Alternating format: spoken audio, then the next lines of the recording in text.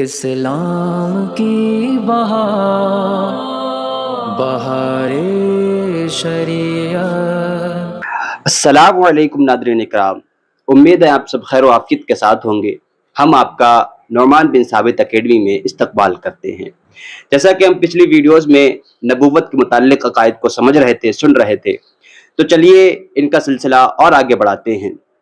جو لاسٹ عقیدہ ہم نے سنا تھا پچھلی ویڈیو میں وہ یہ تھا کہ نبیوں کے مختلف درجے ہیں، بعض کو بعض پر فضیلت ہے، یعنی کہ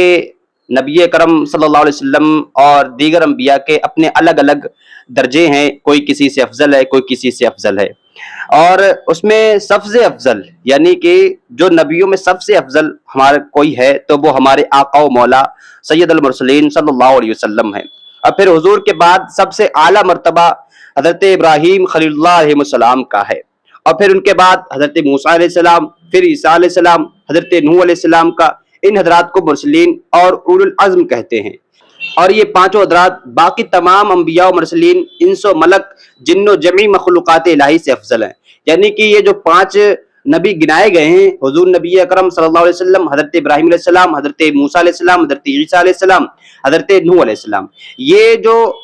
حضرات ہیں، یہ جو نبی ہیں، یہ مرسلین ہیں اور اولو العزم ہیں، اور یہ پانچوں حضرات تمام انبیاء و مرسلین، یعنی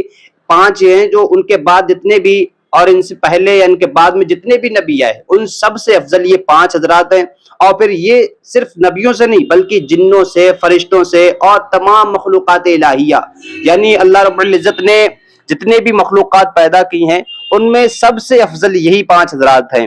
اور جس طرح حضور نبی اکرم صلی اللہ علیہ وسلم تمام رسولوں کے سردار اور سب سے افضل ہیں، بلا تشبیہ حضور کے صدقے میں حضور کی امت تمام امتوں سے افضل ہے۔ یعنی کہ جس طریقے سے حضور نبی اکرم صلی اللہ علیہ وسلم نبیوں کے زمرے میں یعنی انبیاء کرام میں سب سے افضل ہیں، اسی طریقے سے ہم ان کے امتی تمام امتوں میں یعنی دیگر انبیاء کی جتنے بھی امتیں آئیں ان سب امتوں میں سب سے افضل حضور کے صدقے سے ہم ہی ہیں۔ تمام انبیاء اللہ رب العزت کے حضور عظیم وجاہت اور عزت والے ہیں، یعنی کہ حضور نبی اکرم صلی اللہ علیہ وسلم سے پہلے جتنے بھی انبیاء اس دنیا میں تشریف لائے، حضرت آدم علیہ السلام کے بعد حضور سے پہلے جتنے بھی انبیاء اس دنیا میں تشریف لائے وہ سب کے سب حضور یعنی کہ اللہ کے حضور میں سب کے سب عزت والے ہیں، اللہ کے بارگاہ میں سب کے سب وجاہت، عزت، عظمت والے ہیں، اور ان کو اللہ تعالیٰ کے نزدیک معاذ اللہ چوہڑے چمار کی مثل کہنا کھلی گستاخی اور کلمہ کفر ہے۔ یعنی کہ بعض دفعہ کچھ لوگ کہتے ہیں، کچھ مذہب والے، کچھ فرقے والے ایسا کہتے ہیں کہ ان کی اللہ کے سامنے کوئی عزت نہیں ہے، کوئی عظمت نہیں ہے، کوئی وجاہت نہیں ہے، لیکن ان کو بارے میں ایسا کہنا یعنی انبیاء کرام کے بارے میں ایسا کہنا کہ وہ چوڑے چماڑ کی مثل ہیں یا انہیں کسی بھی طریقے کی کوئی گستاخی کرنا یا ان کے درجے کو کمتر بتانا، یہ کھلی گستاخی اور کلمہ کفر ہے۔ اور فرماتے ہیں کہ نبی کی